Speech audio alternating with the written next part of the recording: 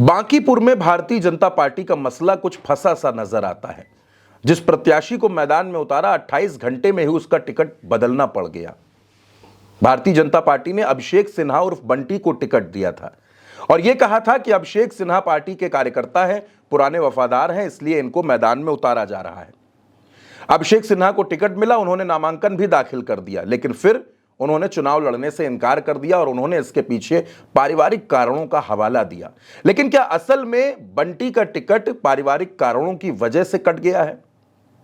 क्या असल में बंटी के साथ कोई पारिवारिक परेशानी थी या फिर इसके पीछे की इनसाइड स्टोरी कुछ दूसरी है? नमस्कार दोस्तों, आप देख रहे हैं उल्टा चश्मा यूसी और मैं हूं आपके साथ चंद्रकांत शुक्ला। बांकीपुर पटना की वो सीट जहां के विधायक अभी तक नितिन नवीन हुआ करते थे, लेकिन नितिन नवीन भारतीय जनता पार्टी के राष्ट्रीय अध्यक्ष बने, उसके बाद राज्यसभा के लिए निर्वाचित हुए। जाहिर सी बात है कि उनको विधानसभा की सदस्यता से इस्तीफा देना था। उन्होंने इस्तीफा दे दिया। बांकीपुर में कोई मंथन नहीं था कि चुनाव कौन लड़ेगा, किसे टिकट मिलेगा। भारतीय जनता पार्टी ने यहां नितिन नवीन के सबसे खास, सबसे करीबी अभिषेक सिन्हा बंटी को मैदान में उतार दिया। जाहिर सी बात है कि ये नितिन नवीन की पसंद थे, लेकिन 28 घंटों में ही ये टिकट वापस हो गया। अब इसके पीछे की कहानी समझिए। दरअसल जो सबसे बड़ी वजह निकलकर सामने आई, भारतीय जनता पार्टी के प्रत्याशी अभिषेक सिन्हा बंटी का टिकट कटता है और यहां पर नीरज सिन्हा को टिकट मिलता है। नीरज सिन्हा भारतीय जनता पार्टी युवा मोर्चा के जिला उपाध्यक्ष भी हैं और मंडल अध्यक्ष हैं भारतीय जनता पार्टी में, उनको टिकट मिलता है। अभिषेक सिन्हा का टिकट कटने के पीछे सबसे बड़ी वजह है चारा घोटाला। अब आप सोच रहे होंगे कि बिहार में जब चारा घोटाले की बात होती है तब तो लालू प्रसाद के नाम का जिक्र होता है, वहां पर बंटी का नाम कैसे आ गया? दरअसल दोस्तों, अभिषेक सिन्हा बंटी के पिता Ravindra Prasad Sinha messrs Magadh chemicals corporation नाम की कंपनी में मैनेजर थे। यह कंपनी चारा घोटाले में शामिल थी। रविंद्र प्रसाद पर अधिकारियों के साथ मिलकर फर्जी बिलों के जरिए सरकारी खजाने से पैसा निकालने का आरोप था। लालू प्रसाद समेत जो 75 आरोपी दोषी करार दिए गए थे, उनमें रविंद्र प्रसाद सिन्हा भी शामिल थे। अब सजा क्या हुई थी? अभिषेक सिन्हा बंटी के पिता रविंद्र प्रसाद सिन्हा को 3 साल जेल और 50,000 रुपए जुर्माना लगा था, जबकि अभिषेक सिन्हा की मां चंचला सिन्हा को 3 साल की जेल और 80,000 रुपए जुर्माना लगा था। एक ये सबसे बड़ी वजह। दूसरी वजह, अभिषेक सिन्हा बंटी की पढ़ाई के जो सर्टिफिकेट्स थे उसमें भी गड़बड़ी है। अभिषेक सिन्हा जो व्यापार करते हैं उसकी जो जानकारी उन्होंने नामांकन में दी उसमें भी गड़बड़ी थी। अब सुनने में यह आ रहा था कि प्रशांत किशोर जो बांकीपुर से जनसुराज के प्रत्याशी हैं वो बहुत जल्द इसको मुद्दा बनाने वाले थे।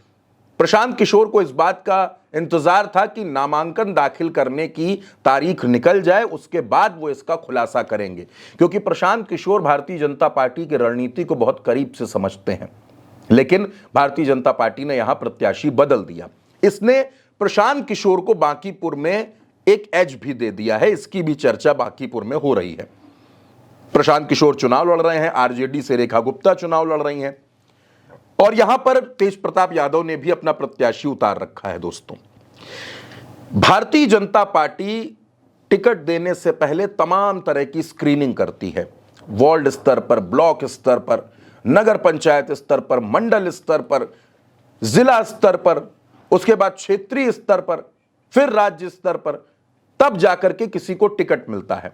उसके आगे पीछे, ऊपर नीचे, दाएं बाएं सब बीजेपी पता लगा लेती है। लेकिन क्या अभिषेक सिन्हा के बारे में यह बात नहीं पता लगाई जा सकी कि वो चारा घोटाले में सजा पा चुके शख्स के बेटे हैं?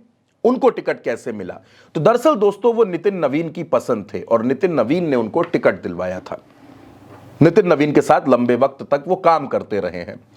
आज की तारीख में बांकीपुर में भारतीय जनता पार्टी बैकफुट पर है, क्योंकि उसने अपना प्रत्याशी बदला है। हालांकि चुनाव 30 जुलाई को होना है, अभी समय बहुत है, चुनाव प्रचार शुरू हो चुका है। प्रशांत किशोर पूरी तरीके से मैदान में उतरे हैं और वो ये कह रहे हैं कि इस चुनाव में बिहार की जनता, बांकीपुर की जनता ये जनादेश देने जा रही है कि भारतीय जनता पार्टी ने जिसे मुख्यमंत्री बनाया है वो बिहार को स्वीकार नहीं है। उनके निशाने पर सम्राट चौधरी इस चुनाव में लगातार बने हुए हैं।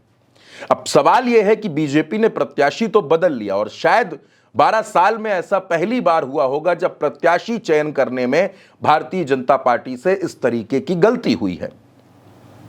क्या इसका असर बांकीपुर पर पड़ेगा और क्या बांकीपुर में आज की तारीख में मुकाबला प्रशांत किशोर के पक्ष में जाता दिख रहा है? इन तमाम बातों पर आप क्या सोचते हैं? आप अपनी राय कमेंट बॉक्स में जरूर लिखिएगा। चैनल को सब्सक्राइब कीजिएगा। नमस्कार।